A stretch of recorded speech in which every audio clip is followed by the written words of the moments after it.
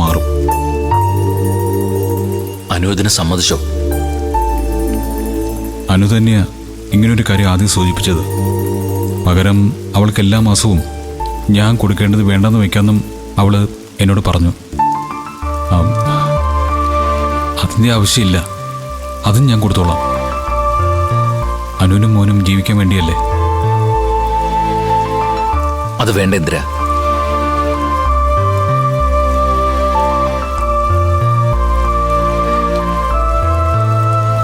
ദാസ് പറഞ്ഞത് പ്രകാരം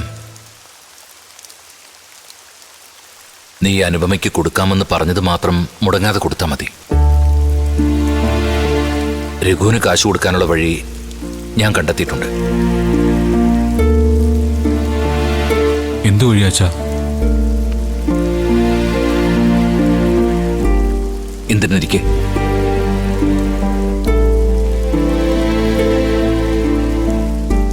നോക്ക്.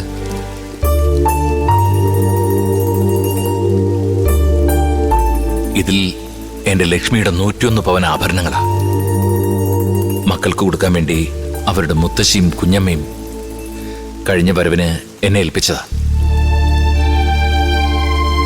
തൽക്കാലം ഇത് പണയം വെച്ച് രഘുവിനെ സഹായിക്കാനാ എന്റെ തീരുമാനം.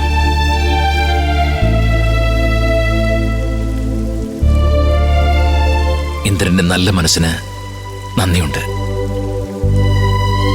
രഘുവിന് കൊടുക്കാൻ ഒരു 25 ലക്ഷം രൂപ എവിടെന്നെങ്കിലുമൊക്കെ കടം വാങ്ങി ഇന്ദ്രനും അതൊരു ബാധ്യതയാവണ്ട. എന്തു പറയുന്നു? അല്ല, അച്ഛൻ്റെ ഇഷ്ടം.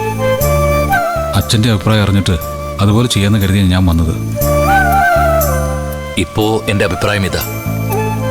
നാളെ ഇതുപോലെ എന്തെങ്കിലും ഒരു അവസ്ഥ വരികയാണെങ്കിൽ ഞാൻ ഇന്ദ്രനെ വിളിച്ചോളാം. ശരി അച്ഛാ. ശരി. എന്നാ പിന്നെ ഞാൻ അങ്ങോട്ട് ഇറങ്ങിക്കോട്ടെ. അച്ഛൻ അങ്ങോട്ട് വരുമ്പോൾ കാണാം. ആ